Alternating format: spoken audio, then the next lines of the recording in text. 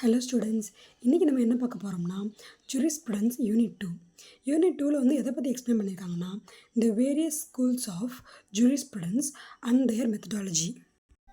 இந்த யூனிட் ஃபுல்லாகவே ஜூரிஸ்ப்ருடன்ஸில் அதை பேஸ் பண்ணி அதை ரிசர்ச் பண்ணுற மாதிரி என்னென்ன ஸ்கூல்ஸ் இருந்துச்சு, அதோட மெத்தடாலஜி, அவங்களோட ஜூரிஸ்ட்லாம் யார் அப்படின்றத நம்ம ஃப்யூச்சர் ஸ்லைட்ஸில் பார்க்க போகிறோம். Schools of ஜூரிஸ்ப்ருடன்ஸ்.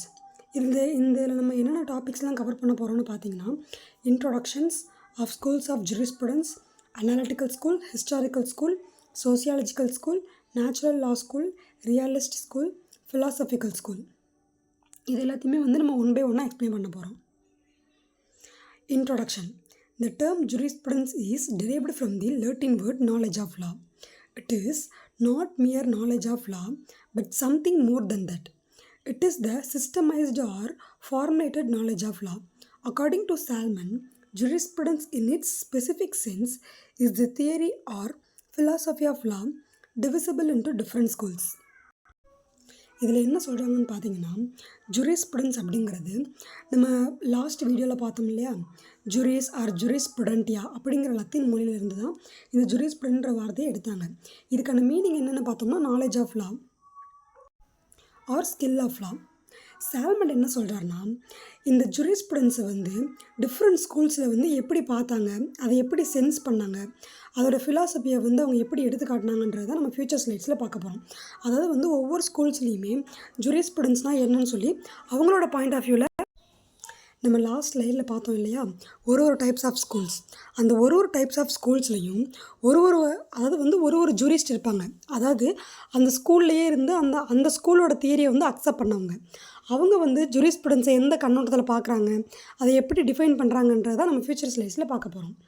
The divisions of laws of jurisprudence is based on the fact that certain basic assumptions from each schools characterized the jurist of each school to distinguish them from those of other schools. நான் சொன்ன மாதிரியே ஒரு ஸ்கூலும் டிஃப்ரெண்ட்டான opinions வச்சுருந்தாங்க. அவங்களோட டிஃப்ரெண்ட்டான ஒப்பீனியன்ஸை ஜூரிஸ்ப்ருடன்ஸ் மேலே எக்ஸ்பிளைன் பண்ணுறது தான் இந்த கைண்ட்ஸ் ஆஃப் ஸ்கூல்ஸ் அப்படிங்கிறது. நம்ம ஃபஸ்ட்டு பார்க்க போகிறது என்னென்னு பார்த்தோம்னா அனாலிட்டிக்கல் ஸ்கூல். இந்த அனாலிட்டிக்கல் ஸ்கூலை ஆஸ்டின் தியரி ஆஃப் லா அப்படின்னு சொல்கிறாங்க. இந்த ஸ்கூலோட சீஃப் எக்ஸ்போனண்ட் யாருன்னு பார்த்தோம்னா ஜான் ஆஸ்டின். இதில் இன்னும் நிறைய எக்ஸ்போனன்ட்ஸ்லாம் இருக்காங்க, அதாவது ஜூரிஸ்ட். யாருன்னு பார்த்தோம்னா பென்தாம், ஹோலாண்ட், சால்மன், கெல்சன், ஹார்ட், இவங்க எல்லாமே அனாலிட்டிக்கல் ஸ்கூலோட எக்ஸ்போனன்ட்ஸ் தான். According to Austin, law is the general command of sovereign backed by a sanction. Austin என்ன சொல்கிறாருன்னு பார்த்தோம்னா இறையாண்மையின் போது ஒரு தடையால் ஆதரிக்கப்படும் கட்டளை. அதாவது கமாண்ட் ஆஃப் சாவரின்னு பார்த்தோம்னா சாவரின் அப்படிங்கிறது இறையாண்மை.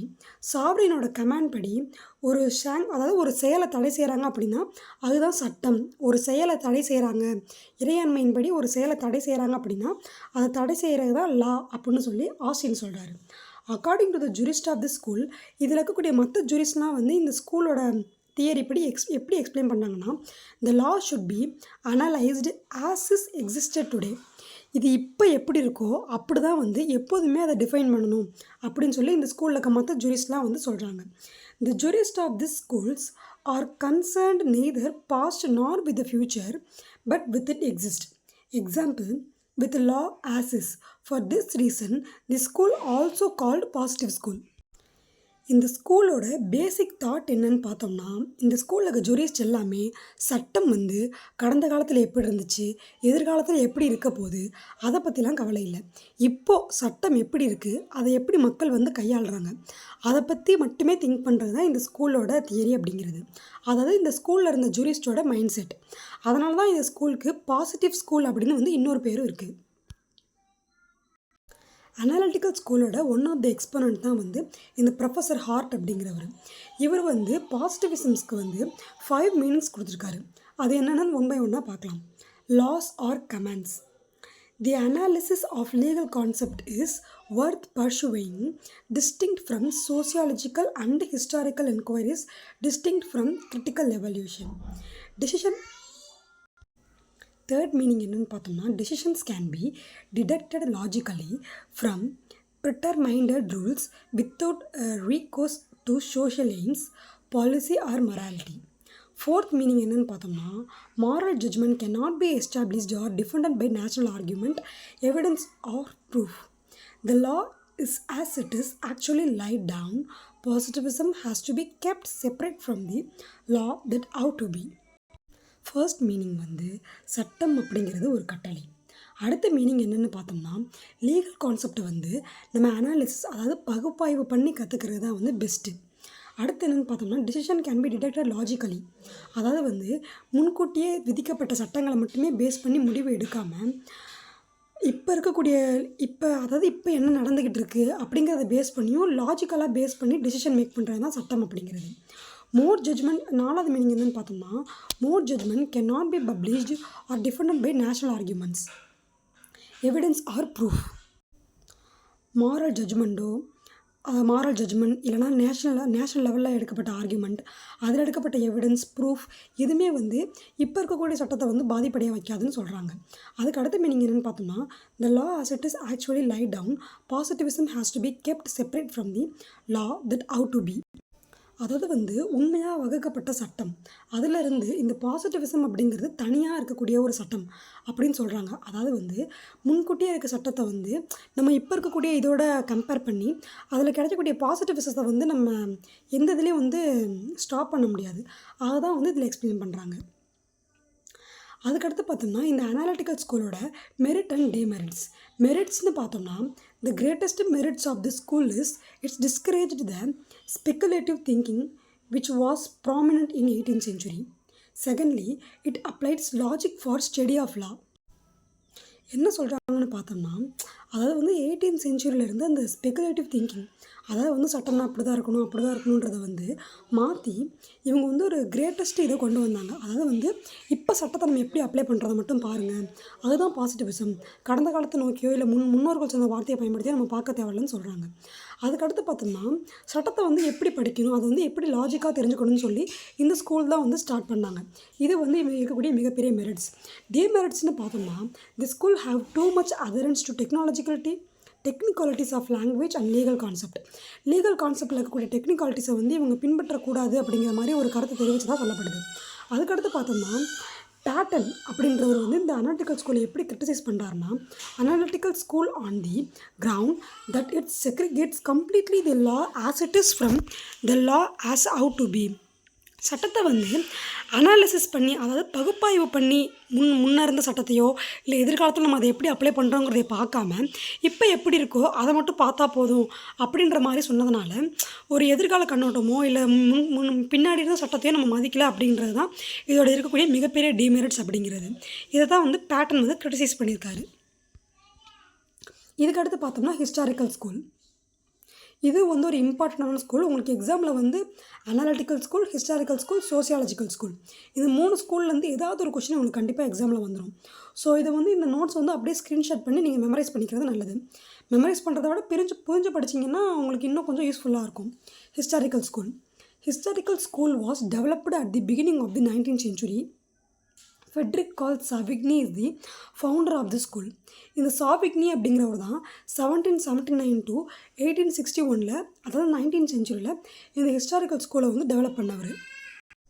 According to this school, law is a legacy of the past, a product of each and every individual community or nation. இந்த ஸ்கூலோட பேரை பார்த்தப்பே நீங்கள் கண்டுபிடிச்சிருக்கணும் ஹிஸ்டாரிக்கல் ஸ்கூல்னால் என்னென்னு. அதாவது வந்து இவங்க ஜூரிஸ்ப்ருடன்ஸ் அல்லது சட்டம் அப்படிங்கிறது கடந்த காலத்தில் நமக்கு கொடுக்கப்பட்ட ஒரு இது. அதாவது வந்து இவங்க முன்னாடி இருந்த அதாவது அனாலிட்டிக்கல் ஸ்கூல் வந்து நீங்கள் கடந்த காலத்தையும் பார்க்க வேணாம் எதிர்காலத்தையும் பார்க்க வேணாம் இப்போ இருக்கிறத பாருங்கன்னு சொல்லி அனாலிட்டிக்கல் ஸ்கூல் வந்து எக்ஸ்பிளைன் பண்ணுறாங்க. ஆனால் ஹிஸ்டாரிக்கல் ஸ்கூல் என்ன பண்ணுறாங்கன்னா கடந்த காலத்தில் சொல்லப்பட்ட சட்டங்கள் தான் வந்து மிகப்பெரிய விஷயம். அது வந்து ஒரு கம்யூனிட்டி நேஷன் ஒரு இண்டிவிஜுவல் கம்யூனிட்டி உருவாக்கணும் சட்டம் வந்து முக்கியமானதாக கருதப்படுதுன்னு சொல்லி தான் இந்த ஸ்கூல் சொல்கிறாங்க. சாவிக்னி தான் வந்து அதில் இம்பார்ட்டண்டான எக்ஸ்போனண்ட், அதாவது வந்து இம்பார்ட்டண்டான jurist. Savigny says that law develops like language and has a national character. And also he says that law is found not made. Historical jurisprudence examines the manner of growth of legal system and traces the growth of law from origin with a view to finding out the origin of our legal concept and the general course of their evolution. அதாவது சாவிக்னி வந்து என்ன சொல்கிறாங்கன்னா, சட்டம் அப்படிங்கிறது ஒரு மொழி மாதிரி. அதாவது இப்போ மொழி நமக்கு வந்து யார் உருவாக்குனாங்க, எப்படி உருவாச்சு அதெல்லாம் தெரியல. ஆனால் கடந்த காலத்துலேருந்தே நம்ம மொழிங்கிற ஒரு வார்த்தையை வந்து பேசிட்டு தான் வரோம். லாங்குவேஜஸ், மெனி லாங்குவேஜஸ், என்னென்ன கண்ட்ரீஸில் என்னென்ன மக்கள் இருக்காங்களோ அவங்க எப்படி அந்த மொழியை வளர்த்தாங்க, எப்படி அந்த மொழிகள் உருவாச்சுங்கிறது இப்போ வரைக்குமே ஒரு கொஷின் மார்க் தான். அதே மாதிரி தான் சட்டம் அப்படிங்கிறதும். சட்டம் வந்து யாரும் அதாவது எப்படி சொல்கிறாருன்னா, லா இஸ் ஃபவுண்ட் நாட் மேட். சட்டத்தை வந்து யாரும் இயற்றலை, அது வந்து தானாக உருவானது. லாங்குவேஜ் மாதிரியே சட்டம் வந்து உருவானது அப்படின்னு சாவிக்னி சொல்கிறாரு. ஹிஸ்டாரிக்கல் ஸ்கூலோட ஒரு முக்கியமான இம்பார்ட்டண்டான எக்ஸாமின் என்னென்னு பார்த்தோம், அதாவது இம்பார்ட்டண்டான டியூட்டி என்னென்னு பார்த்தோம்னா, அந்த லீகல் சட்டம் வந்து எப்படி உருவானுச்சு, க்ரோத் ஆஃப் லீகல் சிஸ்டம் அது எப்படி உருவாச்சு, அதோட ஹிஸ்டாரிக்கல் பேஸை வந்து அந்த க்ரோத்தை வந்து ட்ரேஸ் பண்ணுறது, இதான் வந்து இவங்களோட முக்கியமான கோர்ஸ் ஆஃப் டியூட்டியாக இருந்திருக்கு. அதுக்கடுத்து பார்த்தோம்னா doctrines of historical school. Historical ஸ்கூலில் 4 டாக்ட்ரின்ஸ் வந்து எக்ஸ்பிளைன் பண்ணுறாங்க. என்னென்னு பார்த்தோம்னா இதான் வந்து மிக மிக முக்கியமான 4 points. Law is found, it cannot be made. சட்டம் அப்படிங்கிறது உருவானது, அதை யாரும் வந்து உருவாக்கலை. சட்டம் அப்படிங்கிறது உருவானது, அதை யாரும் வந்து உருவாக்கலை. அதுக்கடுத்து பார்த்தோம்னா லா லைக் லாங்குவேஜ் க்ரோஸ். நான் முன்னாடி சொன்ன மாதிரியே சட்டம் அப்படிங்கிறது மொழி மாதிரி உருவானது. அதுக்கு வந்து ஒரு ஸ்ட்ராங்கான ட்ரேசஸ் வந்து அது எப்படி உருவாச்சுன்றது யாருக்குமே தெரியாது அப்படிங்கிறது தான் இந்த ஸ்கூலோட கருத்து. Legislation as source of law has a subordinate place. Custom is the difficult form of law. நம்ம வரப்போகிற ஃப்யூச்சர் வீடியோஸ்லாம் வந்து சோர்ஸ் ஆஃப் லா அப்படின்னா என்னென்னு பார்ப்போம். சோர்ஸ் ஆஃப் லாங்கிறது ஒரு 3 இருக்குது. லெஜிஸ்லேஷன்ஸ், அதுக்கப்புறமா பார்த்தோம்னா கஸ்டம்ஸ் அப்படின்னு சொல்லிட்டு இன்னொரு இது இருக்குது. அதுதான் வந்து சோர்ஸ் ஆஃப் லாங்கிறோம். ஆனால் லெஜிஸ்லேஷன் அப்படிங்கிறது சட்டம் உருவாக்குறது. பார்லிமெண்ட்டோ இல்லை பிரசிடெண்ட்டோ வந்து சட்டத்தை உருவாக்குறது தான் அந்த லெஜிஸ்லேஷன் சொல்கிறது. இப்போ நம்ம ஃபாலோ பண்ணிட்டு இருக்க சட்டங்கள் தான் வந்து லெஜிஸ்லேஷன். அதை வந்து சோர்ஸ் ஆஃப் லா அப்படின்னு சொல்கிறாங்கன்னா அது ஒரு சபார்டினேட் பிளேஸ் தானே தவிர்த்து, அதாவது வந்து இது கூட சேர்க்கப்பட்ட ஒரு சோர்ஸ் ஆஃப் லா தானே தவிர்த்து அதுவே வந்து பேஸ் கிடையாது அப்படின்னு சொல்கிறாங்க. Custom is the difficult form of லான்னா, கஸ்டம் அப்படிங்கிறது வந்து ஒரு குறிப்பிட்ட கம்யூனிட்டி பீப்புள் வந்து அப்படியே ஃபாலோ பண்ணுறது தான் வந்து கஸ்டம். அந்த கஷ்டத்தினால உருவாக்கப்பட்ட சட்டங்களை வந்து நம்ம மாற்ற முடியாது அப்படிங்கிறத இந்த 3வது பாயிண்ட்டை சொல்கிறாங்க. அதுக்கடுத்து பார்த்தோம்னா historical school studies part rather then present evolution of law. Historical school வந்து எதை ஸ்டடி பண்ணுறாங்கன்னா ப்ரெசன்ட் எவல்யூஷன் ஆஃப் லாவை, அதாவது வந்து இப்போ ப்ரெசென்ட்டாக வந்து லா எப்படி எவாலுவேட் ஆகுது அப்படிங்கிறத பார்க்காம பாஸ்ட்டில் கடந்த காலத்தில் வந்து சட்டம் வந்து எப்படி எவாலுவேச்சு அப்படின்றத பார்க்குறதா வந்து இந்த ஹிஸ்டாரிக்கல் ஸ்கூலோட இம்பார்ட்டண்டான டியூட்டிஸ். இதுக்கடுத்து பார்த்தோம்னா distinction between analytical and historical school. இதுவும் வந்து உங்களுக்கு முக்கியமான 7 மார்க்காவோ இல்லை 4 மார்க்காவோ, அதாவது வந்து 4 மார்க்னால் ஷார்ட் நோட்ஸில் உங்களுக்கு கேட்கறதுக்கு நிறைய வாய்ப்பு இருக்குது. அனாலிட்டிக்கல் ஸ்கூலையும் ஹிஸ்டாரிக்கல் ஸ்கூலையும் வந்து டிஃப்ரென்ஷியேட் பண்ணுங்கன்னு சொல்லி உங்களுக்கு எக்ஸ்பிளைன் பண்ணுவாங்க. இதை வந்து ஸ்க்ரீன்ஷாட் பண்ணிக்கோங்க. Analytical school, historical school. Analytical ஸ்கூலில் என்ன சொல்கிறாங்கன்னா law is the product of the state. Historical school என்ன சொல்கிறாங்கன்னா law is found not made. Analytical school என்ன சொல்கிறாங்கன்னா there is no law without sovereign and exists even before the state. இங்கே என்ன சொல்கிறாங்கன்னா law is antecedent to the state. இங்கே 3வது point என்ன சொல்கிறாங்கன்னா the source of law is statute. இங்கே வந்து source of law is custom. இங்கே வந்து என்ன சொல்கிறாங்கன்னா law is the command of the sovereign. இங்கே என்ன சொல்கிறாங்கன்னா law is the outcome of the social necessity. இங்கே என்ன சொல்கிறாங்கன்னா it concentrates on civil law. It deals with all branches of law. அதே தாங்க சேம் தான். அனாலிட்டிக்கல் ஸ்கூல் என்ன சொல்கிறாங்கன்னு பார்த்தோம்னா, அதாவது வந்து ஸ்டேட் தான் வந்து சட்டத்தை உருவாக்குறாங்க. இப்போ இருக்கக்கூடிய சட்டத்தெல்லாம் யார் உருவாக்குறாங்க, இப்போ நம்மளை யார் ஆட்சி பண்ணிட்டு இருக்காங்களோ இல்லை யார் நம்மளை ரூல் பண்ணுறாங்களோ அவங்க உருவாக்குறது தான் சட்டமே தவிர்த்து கடந்த காலத்தில் வந்ததோ இல்லை எதிர்காலத்தில் வரப்போகிற சட்டங்களோ நம்ம கணக்கில் எடுக்க வேணும்னு சொல்லி அனாலிட்டிக்கல் ஸ்கூல் சொல்கிறாங்க. ஹிஸ்டாரிக்கல் ஸ்கூல் என்ன சொல்கிறாங்கன்னா இல்லவே இல்லை, சட்டம் வந்து இப்போ உருவாக்கப்படுறது இல்லை, சட்டம் வந்து அப்பையிலிருந்தே இருக்கக்கூடியது மொழி மாதிரின்னு சொல்லி இவங்க டிஃபைன் பண்ணுறாங்க. இதுக்கடுத்து பார்த்தோம்னா important school sociological school. Sociological school is also known as functional school because of its functional approach towards law. இந்த ஸ்கூலை வந்து ஃபங்க்ஷனல் ஸ்கூல்னு சொல்கிறாங்க. எதுக்காக இந்த சோசியாலஜிக்கல் ஸ்கூலை ஃபங்க்ஷன் ஸ்கூல்ஸ்னு சொல்கிறாங்கன்னா, இது வந்து லாவை வந்து இந்த ஸ்கூல் வந்து லாவோட ஃபங்க்ஷன்ஸ் வந்து எப்படி அப்ரோச் பண்ணுச்சு அதை பேஸ் பண்ணி நிறைய தியரிஸ் வந்து இதில் அப்ளை ஆகிருக்கும். ஸோ அதனால தான் வந்து இது ஃபங்க்ஷனல் ஸ்கூல்னு சொல்கிறாங்க. The exponents of these schools are Eyring, Duguid, Roscoe-Pound. Eyring, Duguid, Roscoe-Pound. இவங்க தான் வந்து இந்த சோசியாலஜிக்கல் ஸ்கூலோட exponents. An attempt to contradict the ideals of positive schools lead to the emergence of social schools in 19th century. அதாவது வந்து 19th சென்ச்சுரியில் positive school அதாவது analytical ஸ்கூலுக்கு கான்ட்ராடிக்ஷனாக அதாவது ஆப்போசிட்டாக எதிர்மறையாக கொண்டு வரப்பட்டது தான் இந்த sociological school. According to this school law is an experimental social science. அதாவது இந்த ஸ்கூலோட கருத்துப்படி சட்டம் அப்படிங்கிறது சமூக அறிவியலோட ஒரு சோதனை. அதாவது வந்து சமூகத்தில் இருக்கக்கூடிய ஒரு அவங்க எப்படி செயல்படுறாங்க, அவங்களோட ஃபங்க்ஷன்ஸ் எப்படி இருக்குது, அதோட சோதனை தான் வந்து சட்டம் அப்படின்னு இவங்க எக்ஸ்பிளைன் பண்ணுறாங்க. The fundamental principles of this school is that law cannot be understood without studying what it does.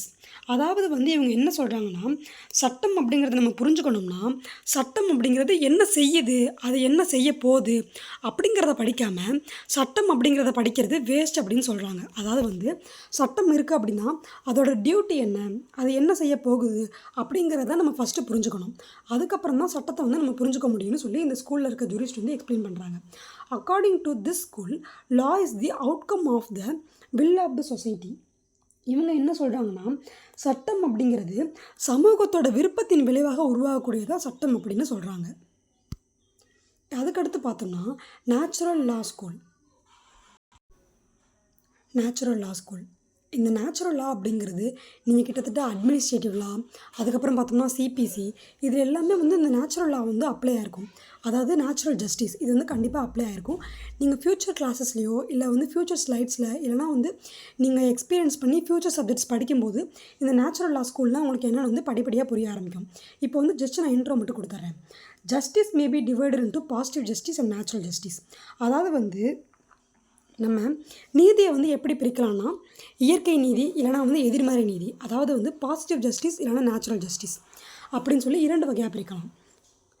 Natural justice also known as divine law. இந்த நேச்சுரல் ஜஸ்டிஸ் வந்து அதாவது வந்து இந்த நேச்சுரல் லாவை இயற்கை நீதியை வந்து கடவுளின் விதி அப்படின்னு வந்து சொல்கிறாங்க. Natural justice means principles of morality or principles of justice, equity and good conscience. அதாவது வந்து நேச்சுரல் ஜஸ்டிஸ் அப்படிங்கிறது ஒழுக்கத்தையோ அல்லது வந்து நீதி சமத்துவம் அதாவது வந்து நீதி சமத்துவம், அதுக்கப்புறம் வந்து நல்ல மனசாட்சி, அதாவது வந்து ஈக்விட்டி குட் கன்சைன்ஸ், மனசாட்சியோடு செயல்படுறது, இதுதான் வந்து நேச்சுரல் ஜஸ்டிஸ் அப்படின்னு சொல்கிறாங்க. அதாவது வந்து சட்டம் அப்படிங்கிறது ஒழுக்கமுடையதாகவும் எல்லாத்துக்கும் சமமானதாகவும் மனசாட்சிப்படியும் செயல்படணும்னு சொல்லி எக்ஸ்பிளைன் பண்ணுறாங்க. Natural law also known as higher law or the law of nature. இயற்கை சட்டம் அப்படிங்கிறது உயர் சட்டம் அல்லது இயற்கையின் சட்டம் அப்படின்னு அழைக்கப்படுது. அக்கார்டிங் டு ஸ்டோய்ஸ் அப்படிங்கிறவர் இது எப்படி எக்ஸ்பிளைன் பண்ணுறாருன்னா, natural law means divine law or the command of God imposed upon man. இவர் என்ன சொல்கிறார் அப்படின்னா, இயற்கை சட்டம் அப்படிங்கிறது தெய்வீக சட்டம் அல்லது மனிதர்களின் மீது விதிக்கப்பட்ட கடவுளின் கட்டளை. அதாவது வந்து கடவுள் வந்து மனிதர்களுக்கு வந்து இதை நீங்கள் செய்யணும் செய்யக்கூடாதுன்னு சொல்லி கட்டளை கொடுத்ததாக தான் இந்த சட்டத்தை வந்து அதாவது இந்த நேச்சுரல் லாவை வந்து அவங்க அப்படி தான் பார்க்குறாங்க. கடவுள் கொடுக்குற சட்டம், கடவுள் நமக்கு எப்படி எக்ஸ்பிளைன் பண்ணுறாரு, இப்படி தான் இருக்கணும்னு சொல்லி எப்படி விதிக்கிறாரு அப்படின்றத எக்ஸ்பிளைன் பண்ணால் தான் இந்த நேச்சுரல் லாவை வந்து எல்லோரும் பார்க்குறாங்க. அதுக்கப்புறம் பார்த்தோம்னா according to Aristotle it is the unwritten லா.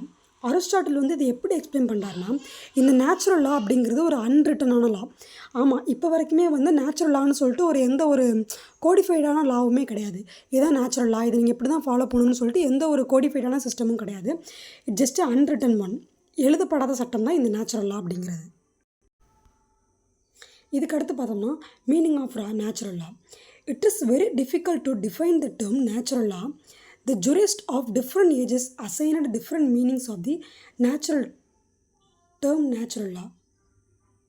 அதாவது வந்து இந்த நேச்சுரல் லாவை டிஃபைன் பண்ணுறது அப்படிங்கிறது வந்து ஒரு டிஃபிகல்ட்டான விஷயமும் கூட. டிஃப்ரெண்ட் ஏஜஸில் இருக்க டிஃப்ரெண்ட்டான ஆத்தர்ஸ், டிஃப்ரெண்ட்டான ஜூரிஸ்ட் இந்த நேச்சுரல் லாவை வந்து டிஃப்ரெண்ட்டாக வந்து எக்ஸ்பிளைன் பண்ணியிருக்காங்க, அதாவது டிஃபைன் பண்ணியிருக்காங்க. எப்படின்னு பார்த்தோம்னா, இப்போ நம்ம ஃப்யூச்சர் ஸ்லைட்ஸில் வந்து ஹிஸ்ட்ரி ஆஃப் நேச்சுரல் லா, இதை வந்து ஒரு பீரியட்லேயும் வந்து இந்த ஹிஸ்ட்ரி ஆஃப் நேச்சுரல் லா அப்படிங்கிறது வந்து எவால்யூவேட் ஆகிட்டே இருக்குது. க்ரீக் பீரியடில், ரோமன் பீரியடில், அதுக்கப்புறமா கிறிஸ்டியன் பீரியடில், மெடிவல் பீரியடில், இப்போ இருக்க மாடர்ன் பீரியடில், அது வரைக்குமே இந்த ஹிஸ்ட்ரி ஆஃப் நேச்சுரல் லா வந்து எப்படி எவால்யூவேட் ஆகிருக்கு அப்படிங்கிறதான் வந்து நம்ம ஃப்யூச்சர் ஸ்லைட்ஸில் பார்க்க போகிறோம். க்ரீக் பீரியடில் வந்து இந்த நேச்சுரல் லா எப்படி எவால்யூ ஆச்சுன்னு பார்த்தோம்னா, Greeks were the first propounder of the natural law principle. இந்த நேச்சுரல் லா அப்படிங்கிறத கண்டுபிடிச்சவங்க யாருன்னு பார்த்தோம்னா இந்த கிரேக்கர்கள் தான். They have a conception of universal law for all mankind under which men are all equal and which is binding on all people. அவங்க இந்த நேச்சுரல் லாவை எப்படி உருவாக்குனாங்கன்னா எல்லாருமே சமம், அனைத்து மக்களும் சமம் அப்படிங்கிற கான்செப்டில் இது ஒரு யூனிவர்சல் லாவாக உருவாக்குனாங்க கிரேக்கர்கள். They stressed the ideas of individual worth, moral duty and universal brotherhood. அதாவது அனைவரும் சமம் அப்படிங்கிறது தான் இதோட பேஸே. யூனிவர்சல் பிரதர்ஹுட், மாரல் டியூட்டி, அவங்களோட மாரல் டியூட்டி என்ன, இண்டிவிஜுவல்ஸ் அதை எப்படி ஒர்க் பண்ணுறாங்க, அதோட ஸ்ட்ரெஸ் ஐடியாஸ் பண்ணுறது தான் இந்த கிரேக்கர்கள் இந்த சட்டத்தை உருவாக்குனாங்க. இந்த main issue of legal theory have been formatted by Greek thinkers. இந்த லீகல் தியரியோட மெயினான இஷ்யூஸ் என்ன அப்படிங்கிறத ஃபார்மேட் பண்ணவங்களும் இந்த கிரேக்கர்கள் தான். The school believed that the law was guided by uniform principle which could give the stability. இந்த ஸ்கூல் எதை பிலீவ் பண்ணாங்கன்னா யூனிஃபார்மான ஒரு பிரின்சிபல் இருக்கணும், அது எல்லாரையும் நல்லபடியாக வழி நடத்தும்னு சொல்லி இந்த ஸ்கூலில் இருக்கவங்க நம்பினாங்க. அதை தான் இந்த கிரேக்கர்களும் ஃபார்மேட் பண்ண நினச்சாங்க.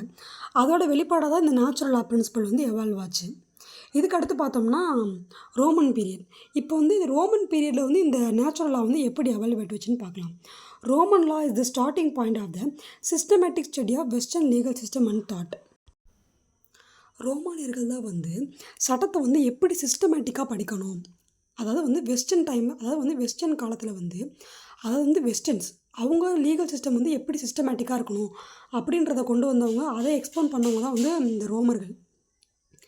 ரோமன்ஸ் எப்படி சட்டத்தை பார்த்தாங்கன்னா அது எப்படி சிஸ்டமேட்டிக்காக இருக்கணும், அதுக்கு கிரேக்கர்கள் பார்த்த மாதிரி இல்லாமல் அதுக்கு அடுத்த கட்ட பாயிண்ட் ஆஃப் வியூவை கொடுத்தவங்க தான் இந்த ரோமன்ஸ்.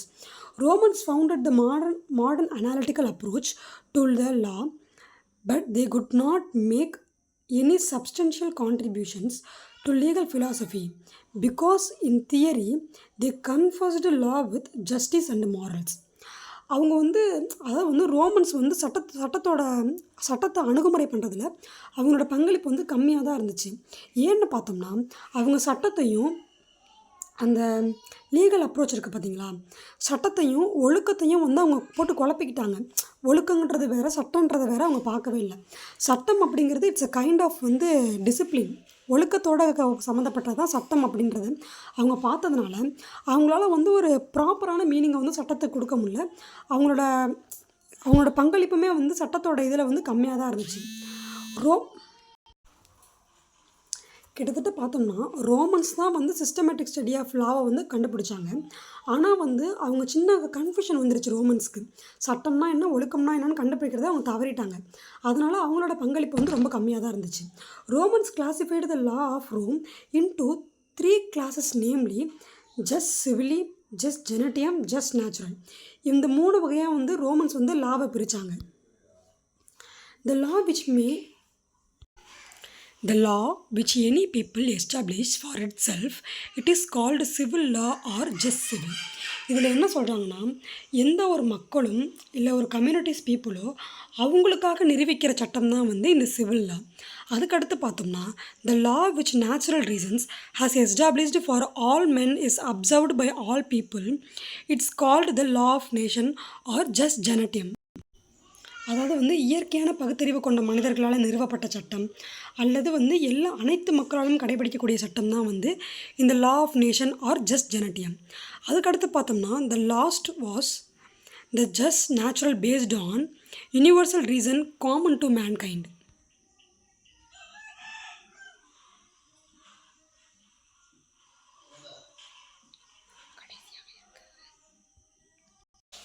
நம்ம கடைசியாக இருக்கக்கூடியது என்னன்னு பார்த்தோம்னா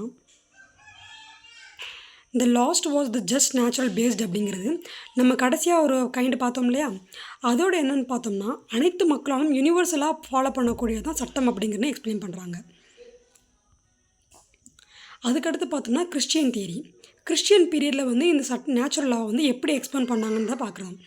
after the end of Roman era we find Greek theory of natural law coming into contact with theology of Hebrews.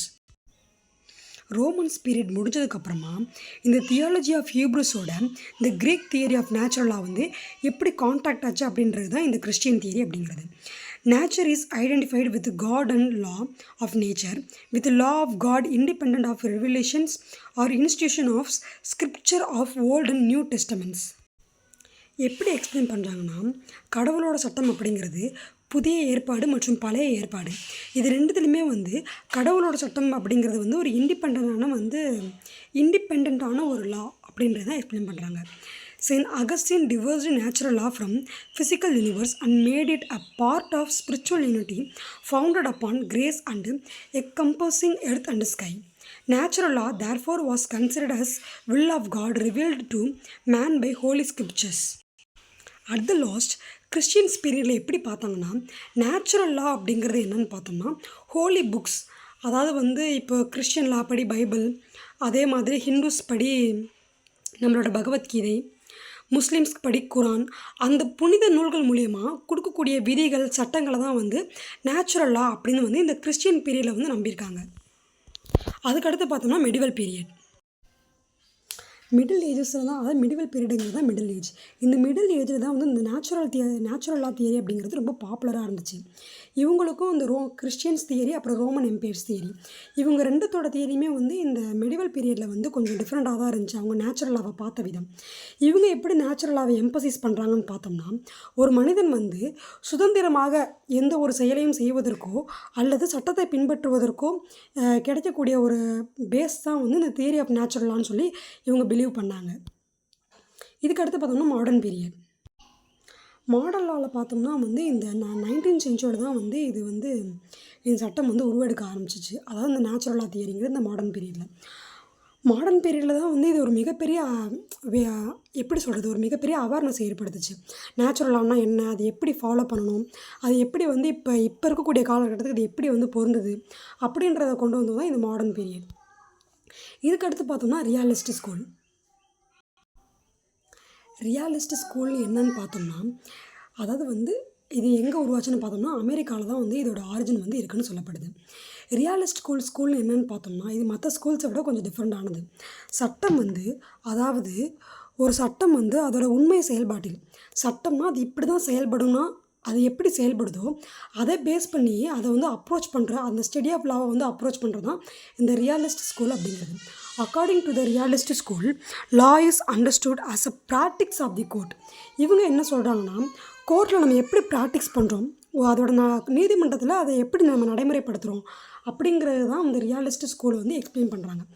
நான் முன்னாடி சொன்ன மாதிரி தான், அது எப்படி நடைமுறைப்படுத்தப்படுதோ அதை பேஸ் பண்ணி சட்டத்தை நம்ம புரிஞ்சுக்கிறது தான் இந்த ரியாலிஸ்ட் ஸ்கூலோட தியரி.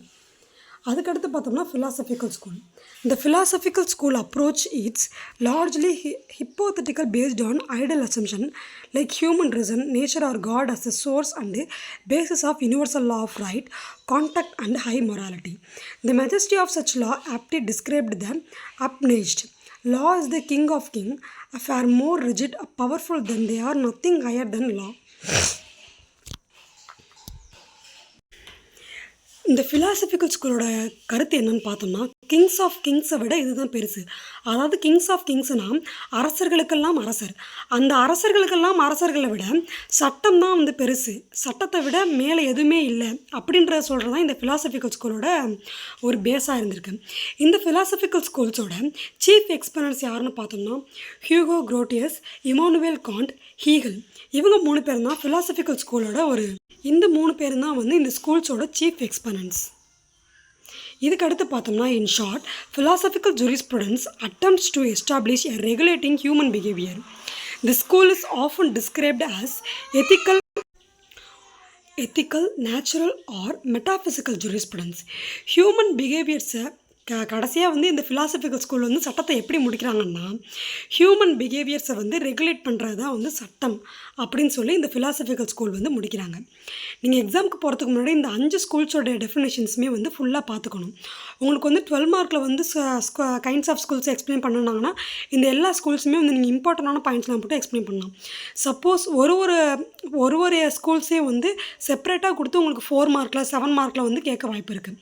அப்படி கேட்டாங்கன்னா இந்த ஸ்லைடில் இருக்க எல்லாத்தையுமே நீங்கள் எழுதி எக்ஸ்ட்ரா கேஸ் லாஸ் இதெல்லாம் வந்து நீங்கள் ஆட் பண்ணிங்கன்னா உங்களுக்கு மார்க்ஸ் ஸ்கோர் பண்ணுறதுக்கு ரொம்ப ஹெல்ப்ஃபுல்லாக இருக்கும். அடுத்து நம்ம ஃபியூச்சர் வீடியோஸில் வந்து யூனிட் 3 பற்றி எக்ஸ்பிளைன் பண்ண போகிறோம். ஸோ நம்ம சேனலை சப்ஸ்கிரைப் பண்ணிக்கோங்க, ஃபாலோ பண்ணுங்கள். தேங்க்யூ.